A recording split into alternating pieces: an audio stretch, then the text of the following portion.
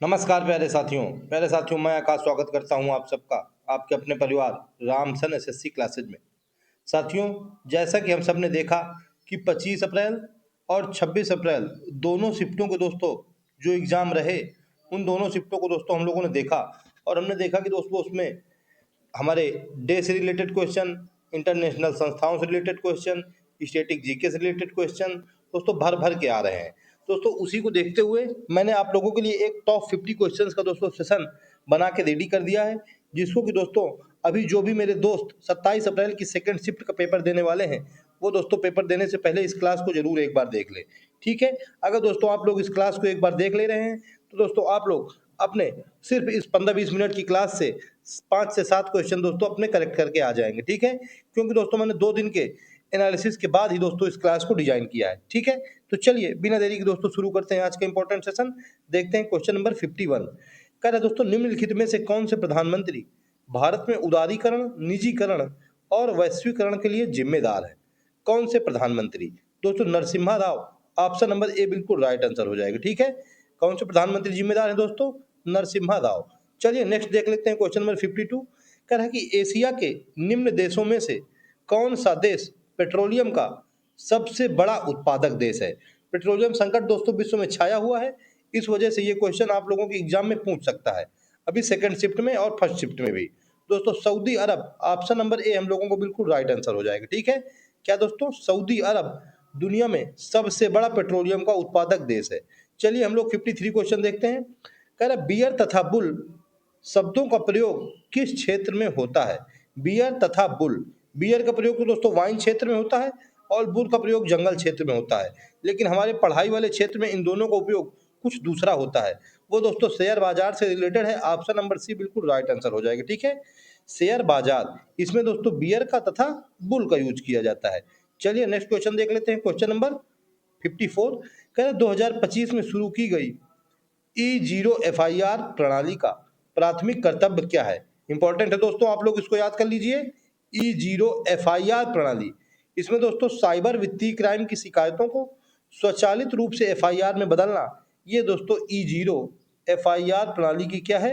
E0 FIR प्रणाली इसका दोस्तों प्राथमिक कर्तव्य है या इसका फर्स्ट काम है। ठीक है, चलिए नेक्स्ट क्वेश्चन देखते हैं दोस्तों, क्वेश्चन नंबर 55। कह रहा है राष्ट्रीय मानवाधिकार आयोग के मुख्य कार्यकारी अधिकारी को क्या कहा जाता है? सीईओ, मुख्य कार्यकारी अधिकारी, इसको दोस्तों महासचिव कहा जाता है। ऑप्शन नंबर सी बिल्कुल राइट आंसर हो जाएगा। ठीक है, क्या है? राष्ट्रीय मानवाधिकार आयोग के मुख्य कार्यकारी अधिकारी को क्या कहा जाता है? महासचिव कहा जाता है। चलिए 56 देखते हैं। कह रहा कन्या सुमंगला योजना का उद्देश्य क्या है? कन्या लग गया है और सुमंगला भी लग गया है, क्वेश्चन इंपॉर्टेंट हो जा रहा है। कन्या सुमंगला योजना दोस्तों बेटियों को जन्म से स्नातक तक आर्थिक सहायता प्रदान करना, ये दोस्तों कन्या सुमंगला योजना का उद्देश्य हो जाएगा। ठीक है, जन्म से लेकर के स्नातक तक आर्थिक सहायता प्रदान करना। चलिए नेक्स्ट देखते हैं, क्वेश्चन नंबर 57। कह रहा निम्न में से कौन सी फसल खरीफ की फसल नहीं है? खरीफ की फसल नहीं है यानी कि रबी की फसल है। तो रबी की फसल दोस्तों इसमें एक ही दिख रही है, गेहूं, तो ऑप्शन नंबर सी हम लोगों को बिल्कुल राइट आंसर हो जाएगा। ठीक है, खरीफ की फसल कौन नहीं है? गेहूं नहीं है, क्योंकि दोस्तों गेहूं गेहूं रबी की फसल है। चलिए नेक्स्ट क्वेश्चन देख लेते हैं, क्वेश्चन नंबर 58। कह रहा एक्सरे का आविष्कार किसने किया? एक्सरे का आविष्कार, एक्सरे जो कि दोस्तों हम लोग कराने जाते हैं, हमारी एक्स पता नहीं कहाँ है और रे तो पता है, William Conrad Roentgen, option number C बिल्कुल राइट आंसर हो जाएगा। ठीक है, आप लोग कमेंट में बताइए कि आप लोगों ने एक्स के साथ में क्या रे किया है, तो मुझको विलियम कोएन रेंटजन राइट आंसर हो जाएगा, ऑप्शन नंबर सी। ठीक है, चलिए नेक्स्ट देख लेते हैं, क्वेश्चन नंबर 59। कह रहा है नागी पक्षी अभयारण्य जिसे नया सांसद स्थल घोषित किया गया है किस राज्य में स्थित है? नागी पक्षी अभयारण्य दोस्तों ये बिहार राज्य में स्थित है, ऑप्शन नंबर बी बिल्कुल राइट आंसर हो जाएगा। ठीक है, बी से बिहार और बी से B option, option number B बिल्कुल राइट आंसर हो जाएगा। ठीक है, कौन सा? नागी पक्षी अभयारण्य, गी से बड़ा आगे की मात्रा हटा दो तो नागा पक्षी अभयारण्य हो जाएगा। ठीक है, बिहार में स्थित है। आप लोग दोस्तों इस क्लास को देख लीजिए और अपने 5 से 7 नंबर करेक्ट कर लीजिए। ठीक है, चलिए देखते हैं question number next, question number 60। कह रहा निम्नलिखित में से जैव मंडल निचल के किस क्षेत्र में मानव हस्तक्षेप पूर्णतः प्रतिबंधित है? जैव मंडल निचय, किस क्षेत्र में? दोस्तों core zone, option number C बिल्कुल राइट आंसर हो जाएगा। उसमें दोस्तों नाम ही लगा है कोर। कोर का मतलब दोस्तों मुख्य भाग। इसी भाग में दोस्तों जाना मानव हस्तक्षेप पूर्णतः प्रतिबंधित कर दिया गया है। चलिए नेक्स्ट क्वेश्चन देखते हैं 61। कह रहा है सल्फर डाइऑक्साइड का उत्सर्जन होता है। सल्फर डाइऑक्साइड का उत्सर्जन कह रहा है कहाँ होता है? दोस्तों सबसे ज्यादा कोयला उत्पादन से बिजली फैक्ट्री में, ऑप्शन नंबर सी बिल्कुल राइट आंसर हो जाएगा। ठीक है, जो दोस्तों कोयला के द्वारा हमारी बिजली बनती है, लाइट बनती है, इसी से दोस्तों सबसे ज्यादा सल्फर डाइऑक्साइड का उत्सर्जन होता है। और दोस्तों सल्फर डाइऑक्साइड ओजोन लेयर के क्षरण में सबसे ज्यादा आवश्यक है। Question number 62। कह सितंबर 2025 में आयोजित, क्या दोस्तों सितंबर 2025 में आयोजित हॉकी एशिया कप जो कि महिला वाला हुआ है, 2025 का विजेता देश है। इंपॉर्टेंट क्वेश्चन है दोस्तों, हॉकी एशिया कप वो भी महिला वाला, भारत, ऑप्शन नंबर ए बिल्कुल राइट आंसर हो जाएगा। ठीक है, कौन दोस्तों? हमारा देश भारत, लाखों में एक भारत। चलिए नेक्स्ट क्वेश्चन देखते हैं, क्वेश्चन नंबर 63। कह रहा है कि निम्नलिखित में से कौन सा व्यक्तिगत सूचना प्रबंधन और ईमेल संचार सॉफ्टवेयर है? आपके एग्जाम में दोस्तों डायरेक्ट पूछ सकता है ये क्वेश्चन, क्योंकि दोस्तों मैंने जब से प्रैक्टिस सेट स्टार्ट किया है, तब से मैं डेली कहता आया हूं दोस्तों कि दोस्तों सोशल मीडिया, कंप्यूटर, आज इसी का जमाना है दोस्तों, एआई का जमाना है। आप लोगों को 4 या 5 क्वेश्चन जरूर से जरूर देखने को मिलेंगे। और दोस्तों हर एक प्रैक्टिस सेट में 4-4, 5-5 क्वेश्चन दोस्तों सोशल मीडिया के मिले हैं। दोस्तों हमारे जो जितने भी स्टूडेंट हैं दोस्तों सभी शोर मचा रहे हैं कि दोस्तों कि सर बहुत ही टफ आ गया एग्जाम, मॉडरेट से भी ज़्यादा आ गया, हार्ड लेवल का एग्जाम आ गया। तो दोस्तों पढ़ाई करने वालों के लिए हार्ड नहीं होता है, हार्ड है दोस्तों तो सबके लिए हार्ड है। मेरिट दोस्तों हाई जाएगी तो सबकी हाई जाएगी। चलिए आप लोग 63 क्वेश्चन का आंसर बता दीजिए। कौन सा दोस्तों व्यक्तिगत सूचना प्रबंधन और ईमेल संचार सॉफ्टवेयर है? Microsoft Outlook, option number B बिल्कुल राइट आंसर हो जाएगा। ठीक है, माइक्रोसॉफ्ट आउटलुक, लुक बाहर की तरफ देखिए, वही दोस्तों व्यक्तिगत सूचना प्रबंधन है। चलिए नेक्स्ट क्वेश्चन देखते हैं दोस्तों, क्वेश्चन नंबर 64। क्या सोशल मीडिया पर टीबीटी, बहुत बार दोस्तों मैं करवा चुका हूं ये टीबीटी का अर्थ क्या है? Throwback Thursday, option number C बिल्कुल राइट आंसर हो जाएगा। एक टी से थ्रो, बी से बैक और एक टी से थर्सडे। ठीक है, थ्रो बैक थर्सडे। चलिए नेक्स्ट क्वेश्चन देखते हैं, क्वेश्चन नंबर 65। कह रहा है ग्रहों की गति के नियमों का प्रतिपादन किसने किया? ग्रहों की गति का दोस्तों जोहान्स केपलर ने, ऑप्शन नंबर बी बिल्कुल राइट आंसर हो जाएगा। ठीक है, इन्होंने ग्रहों की गति के 3 नियम दिए हैं। ठीक है ना, चलिए नेक्स्ट क्वेश्चन देखते हैं, क्वेश्चन नंबर 66। कह रहा 37 डिग्री सेल्सियस तापमान लगभग के बराबर होता है, कितना है? 37 डिग्री सेंटीग्रेड।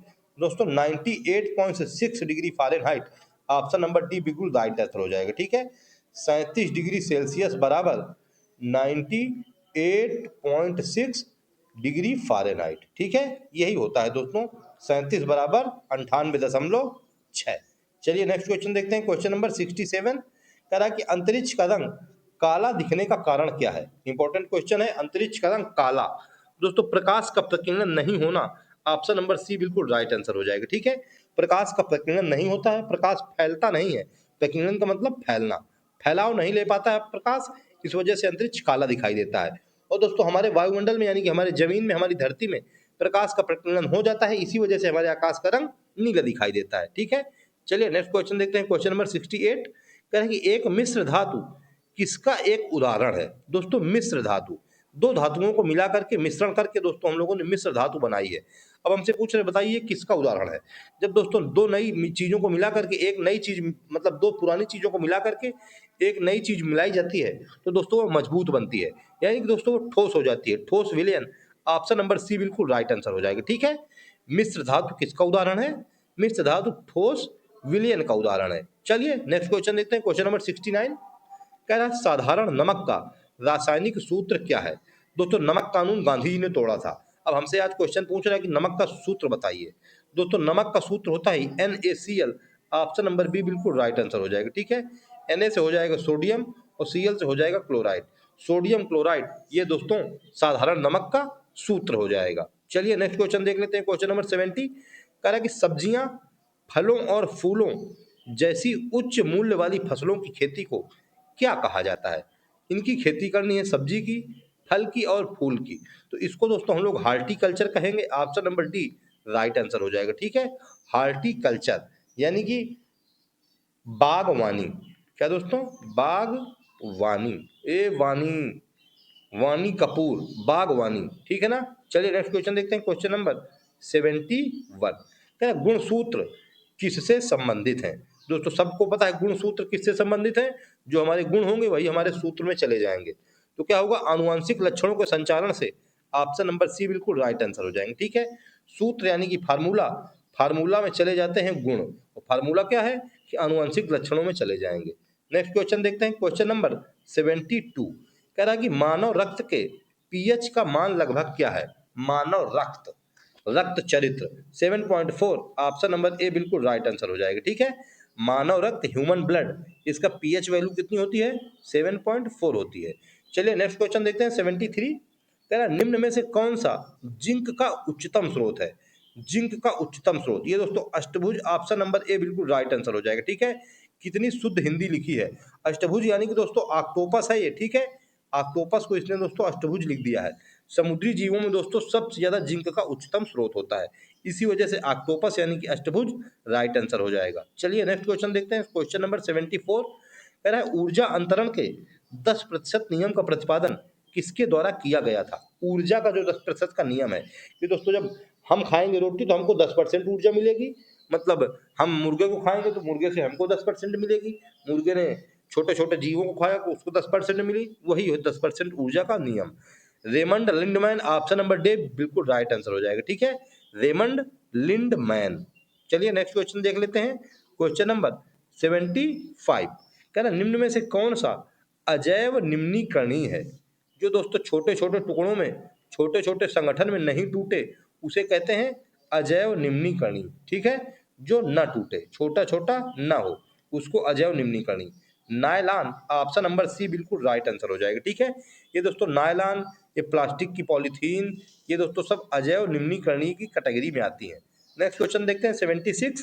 कह रहा ट्विटर किसने संस्थापित किया था? ट्विटर दोस्तों जो कि उड़ती हुए चिड़िया का सिंबल है उसमें। दोस्तों आजकल ट्विटर सब कोई यूज कर रहा है, तो बताइए ट्विटर किसने स्थापित किया था? इवान विलियम्स ने, option number D right answer हो जाएगा। ठीक है, इवान विलियम्स, इन्होंने दोस्तों ट्विटर की स्थापना की थी। चलिए नेक्स्ट क्वेश्चन देख लेते हैं, क्वेश्चन नंबर 77। कह रहा है जीएनपी का क्या अर्थ है? जीएनपी, ग्रॉस नेशनल प्रोडक्ट, सकल राष्ट्रीय उत्पाद। जी से ग्रॉस, ग्रॉस का मतलब दोस्तों सकल, एन से नेशनल यानी कि राष्ट्रीय, प्रोडक्ट यानी कि उत्पाद, ऑप्शन नंबर सी बिल्कुल राइट आंसर हो जाएगा। ठीक है, ग्रॉस नेशनल प्रोडक्ट, सकल राष्ट्रीय उत्पाद। चलिए नेक्स्ट क्वेश्चन देख लेते हैं, क्वेश्चन नंबर 78। कह रहा है कि भारतीय मुद्रा नोट के भाषा पैनल पर कितनी भाषाएं हैं? भारतीय मुद्रा नोट, दोस्तों 17 भाषाएं हैं, ऑप्शन नंबर बी बिल्कुल राइट आंसर हो जाएगा। ठीक है, कितनी भाषाएं हैं दोस्तों? 17 भाषाएं हैं। और दोस्तों क्वेश्चन भी इंपॉर्टेंट होता जा रहा है, क्योंकि दोस्तों 8वीं अनुसूची में 22 भाषाओं का उल्लेख किया गया है, और भारतीय नोट, भारतीय मुद्रा नोट के भाषा पैनल पर 17 भाषाओं को यूज किया जा रहा है। चलिए नेक्स्ट क्वेश्चन देखते हैं, क्वेश्चन नंबर 79। कह रहा है कि भारतीय व्यापारियों और उद्योगपतियों ने किस वर्ष में federation of Indian chamber of commerce and industries यानी कि फिक्की का गठन किया था? फिक्की का गठन 1927 में किया गया था, ऑप्शन नंबर सी बिल्कुल राइट आंसर हो जाएगा। ठीक है, 1927 में फिक्की का गठन किया गया था। चलिए नेक्स्ट क्वेश्चन देख लेते हैं दोस्तों, क्वेश्चन नंबर 80। कह रहा है कि भारत में किस अवधि को स्थिर जनसंख्या वृद्धि काल कहा जाता है? दोस्तों स्थिर जनसंख्या का टारगेट हम लोगों को 2045 है। अब हमसे कह रहा है कि बताइए स्थिर जनसंख्या वृद्धि काल किसे कहा जाता है? 1921 से दोस्तों 1951, ऑप्शन नंबर ए बिल्कुल राइट आंसर हो जाएगा। ठीक है, 1921 से 1951 तक दोस्तों स्थिर जनसंख्या वृद्धि काल कहा गया। ठीक है, क्योंकि इसमें थोड़ा दोस्तों जो जनसंख्या वृद्धि है वो धीमी रही थी। नेक्स्ट क्वेश्चन देखते हैं, 81। कह रहा है कि केंद्रीय उपोष्ण बागवानी संस्थान उत्तर प्रदेश के किस शहर में स्थित है? उपोष्ण है दोस्तों, इस वजह से इंपॉर्टेंट है। दोस्तों लखनऊ में स्थित है, option number B right answer हो जाएगा। ठीक है, केंद्रीय उपोष्ण बागवानी संस्थान लखनऊ में स्थित है। चलिए नेक्स्ट क्वेश्चन देख लेते हैं, क्वेश्चन नंबर 82। कह रहा वैश्विक आतंकवाद विरोधी प्रयासों के समन्वय के लिए किस संगठन को जिम्मेदार माना जाता है? आतंकवाद विरोधी प्रयास दोस्तों, तो दोस्तों यूएनसीसीटी, ऑप्शन नंबर डी बिल्कुल राइट आंसर हो जाएगा। क्या दोस्तों? यूएनसीसीटी, ये भी दोस्तों यूनाइटेड नेशन की एक संस्था है, और दोस्तों ये आतंकवादी विरोधी प्रयासों के लिए जिम्मेदार है। चलिए नेक्स्ट क्वेश्चन देखते हैं, क्वेश्चन नंबर 83 कह रहा है नाग एक खाली स्थान है। नाग क्या है? नाग दोस्तों भारतीय रक्षा प्रणाली की एक एंटी टैंक मिसाइल है। ऑप्शन नंबर बी बिल्कुल राइट आंसर हो जाएगा। ठीक है, नाग क्या है दोस्तों? नाग एक एंटी टैंक मिसाइल है दोस्तों, टैंक को नस्ते नाबूद कर देती है ये, ठीक है ना, टैंक को उड़ा देती है। चलिए नेक्स्ट क्वेश्चन देखते हैं, क्वेश्चन नंबर 84 कह रहा ताजिकिस्तान की राजधानी क्या है? ताजिकिस्तान की राजधानी दुशांबे, ऑप्शन नंबर सी बिल्कुल राइट आंसर हो जाएगा। ठीक है, मैंने दोस्तों बताया ना कि मैंने दोस्तों 25 अप्रैल और 26 अप्रैल दोनों दोनों के दोस्तों पेपर के एनालिसिस करके आप लोगों के लिए टॉप 50 क्वेश्चंस का सेट लेके आया हूं, जिसको कि दोस्तों अगर आप लोग क्लियर कर रहे हैं, अच्छे से कवर कर रहे हैं, अभी दोस्तों आप लोगों के पास टाइम है, दूसरी शिफ्ट में पेपर है उनके पास दोस्तों अभी पूरा का पूरा टाइम है। दोस्तों आप लोग इस सेशन को देख लीजिए और दोस्तों अपने 7-8 क्वेश्चन करेक्ट करिए आइए। ठीक है, चलिए देखते हैं क्वेश्चन नंबर 85 कह रहा है कि 13 फरवरी 2025 को विश्व स्तर पर कौन सा दिवस मनाया गया था? विश्व स्तर पर कह रहा है कौन सा दिवस मनाया गया था? विश्व रेडियो दिवस मनाया गया था। ऑप्शन नंबर सी बिल्कुल राइट आंसर हो जाएगा। ठीक है, विश्व रेडियो दिवस 13 फरवरी 2025 को। चलिए नेक्स्ट क्वेश्चन देखते हैं 86 कह रहा है नियोन लैंप का आविष्कार खाली स्थान द्वारा किया गया था। नियोन लैंप दोस्तों George Claude, option number A बिल्कुल राइट आंसर हो जाएगा। ठीक है, जॉर्ज क्लाउड के द्वारा नियोन लैंप का आविष्कार किया गया था। चलिए नेक्स्ट क्वेश्चन देख लेते हैं, क्वेश्चन नंबर 87 कह रहा प्रसिद्ध उपन्यास द गॉडफादर किसके द्वारा लिखा गया था? गॉडफादर किसके द्वारा कह रहा है लिखा गया था? Mario Puzo, option number A बिल्कुल राइट आंसर हो जाएगा। ठीक है, द गॉडफादर मारियो पूजो के द्वारा लिखा गया है। चलिए नेक्स्ट क्वेश्चन देख लेते हैं 88 कह रहा है अंतरराष्ट्रीय ओलंपिक समिति का गठन कब हुआ? अंतरराष्ट्रीय ओलंपिक समिति 1894, ऑप्शन नंबर डी बिल्कुल राइट आंसर हो जाएगा। ठीक है, लुसोन स्विट्जरलैंड, यहाँ पे दोस्तों इंटरनेशनल ओलंपिक कमेटी का हेडक्वार्टर है। 1894 ईस्वी में इसकी स्थापना की गई थी। नेक्स्ट क्वेश्चन देखते हैं 89 कह रहा है कौन सा शोध डिजाइन एक निश्चित समय अवधि में समान विषय का अध्ययन करता है? निश्चित समय अवधि और समान विषय, समान निश्चित यानी कि समान समान समय अवधि समान विषय का अध्ययन, कई बार क्वेश्चन रिपीट हो गया है। अनुदैर्ध्य यानी कि लॉन्जिट्यूडनल, ऑप्शन नंबर ए बिल्कुल राइट आंसर हो जाएगा। ठीक है, लॉन्जिट्यूडनल दोस्तों समान अवधि में समान विषय का अध्ययन करता है। चलिए नेक्स्ट क्वेश्चन देख लेते हैं, क्वेश्चन नंबर 90 कह रहा है स्वर्ण जयंती शहरी रोजगार योजना भारत सरकार द्वारा खाली स्थान में शुरू की गई थी। स्वर्ण जयंती शहरी रोजगार, शहर में रोजगार हमको देना है, तब हम लोगों ने ये योजना शुरू की थी। 1997 में शुरू की थी, ऑप्शन नंबर ए बिल्कुल राइट आंसर हो जाएगा। ठीक है, 1997 में शुरू की थी स्वर्ण जयंती शहरी रोजगार योजना। चलिए नेक्स्ट क्वेश्चन देखते हैं, क्वेश्चन नंबर 91 कह रहा है दोस्तों कि इनमें से कौन सा देश भारत के साथ सिंधु जल संधि 1960 पर हस्ताक्षर करता है? भारत के साथ दोस्तों नल्ला पाकिस्तान, ऑप्शन नंबर सी बिल्कुल राइट आंसर हो जाएगा। ठीक है, कौन दोस्तों? नल्ला पाकिस्तान। दोस्तों क्वेश्चन पूछता है कि भारत और नल्ला पाकिस्तान के बीच में समझौता किसने कराया था? दोस्तों समझौता वर्ल्ड बैंक ने कराया था। ठीक है, किसने कराया था? वर्ल्ड बैंक ने। ये दोस्तों इंपॉर्टेंट है, इसको आप लोग जरूर याद रखना। चलिए नेक्स्ट क्वेश्चन देख लेते हैं, क्वेश्चन नंबर 92 कह रहे हैं नरौरा परमाणु विद्युत संयंत्र उत्तर प्रदेश के किस जिले में स्थित है? नरौरा परमाणु विद्युत संयंत्र दोस्तों क्योंकि परमाणु विद्युत संयंत्र है इस वजह से इंपॉर्टेंट है, बुलंदशहर में। ऑप्शन नंबर सी बिल्कुल राइट आंसर हो जाएगा। ठीक है, बुलंदशहर में स्थित है न्यूक्लियर इलेक्ट्रिक संयंत्र यानी कि इलेक्ट्रिक प्लांट। चलिए नेक्स्ट क्वेश्चन देखते हैं, क्वेश्चन नंबर 93 कह रहा है उत्तर प्रदेश के किस शहर को सिरेमिक सिटी कहा जाता है? Ceramic city of UP, option number D is right, Khurja. Okay, ceramic city of UP is Khurja. Then next question, question number 94 कह रहा है सर्वश्रेष्ठ पार्श्व गायिका के लिए 71वां राष्ट्रीय पुरस्कार किसे मिला?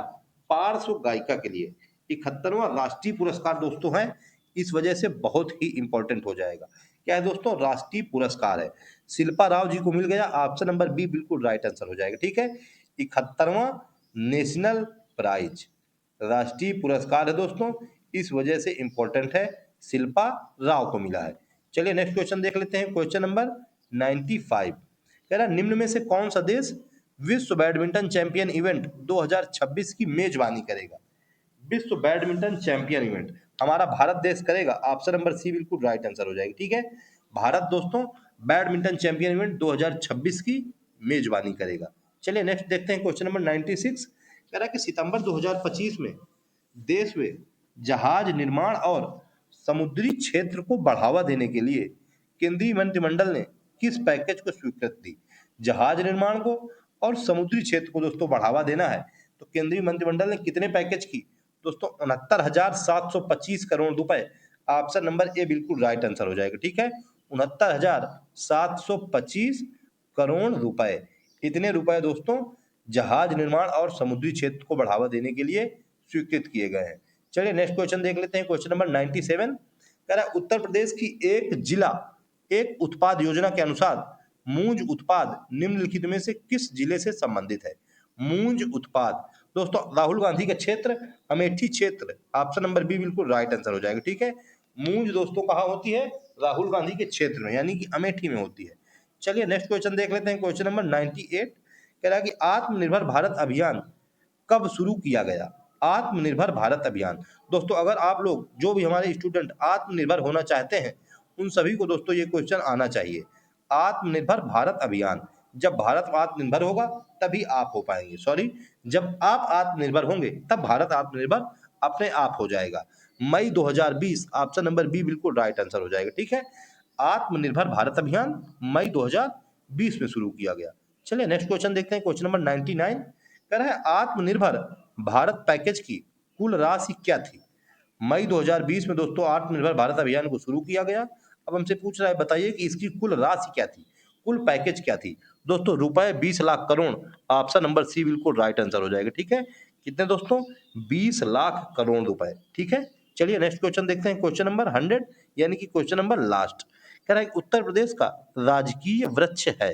राजकीय वृक्ष दोस्तों अशोक। ऑप्शन नंबर ए बिल्कुल राइट आंसर हो जाएगा। ठीक है, अशोक दोस्तों उत्तर प्रदेश का राजकीय वृक्ष है, क्योंकि दोस्तों हमारे राम भगवान की जो माता सीता है वो लंका में अशोक के वृक्ष के नीचे बैठी रही। और दोस्तों हमारा यूपी वो दोस्तों हमारे महिलाओं को सम्मान करने वाला है, हमारे राम भगवान की जन्मस्थली है। इसी वजह से दोस्तों हमने अपने राम भगवान की माता सीता का जो नीचे बैठी रही पेड़ की, उसी को दोस्तों हम लोगों ने अपना राजकीय वृक्ष बना लिया, अशोक बना लिया। ठीक है, तो दोस्तों आप लोगों को ये दोस्तों 50 क्वेश्चन जरूर से जरूर अपने दिमाग में छाप लेने हैं। और दोस्तों अभी जो सेकंड शिफ्ट में आप लोग एग्जाम देने जाएंगे उसमें दोस्तों आप लोग केवल एक क्लास से 5 से 7 क्वेश्चन अपने करेक्ट करके आ जाएंगे। ठीक है, तो दोस्तों अगर आप लोगों को मेरी मेहनत पसंद आए तो मेरे वीडियो को दोस्तों एक लाइक जरूर कर दीजिएगा। ठीक है, और चैनल पे अगर नए हैं और 2026 में अपना सिलेक्शन पूरा करना चाहते हैं, सपना पूरा करना चाहते हैं, तो चैनल को सब्सक्राइब कर लीजिएगा। ठीक है ना, तो दोस्तों क्योंकि मेरे चैनल का नाम राम सन एसएससी क्लास है, तो दोस्तों कमेंट में जय श्री राम लिख दीजिएगा। ठीक है ना, और दोस्तों आप सभी के लिए आपकी परीक्षा के लिए बेस्ट ऑफ लक। आप लोग दोस्तों जाइए बिना नर्वस के अपना एग्जाम दीजिए। ठीक है ना, जैसा भी दोस्तों पेपर आएगा सबके लिए आएगा, कोई आपके लिए स्पेशल नहीं आएगा। तो ठीक है दोस्तों, जाइए दोस्तों आप लोग अच्छे से अपना एग्जाम दीजिए और आप सभी के लिए बेस्ट ऑफ लक। तो मिलते हैं नेक्स्ट सेशन में, तब तक के लिए जय हिंद, जय श्री राम।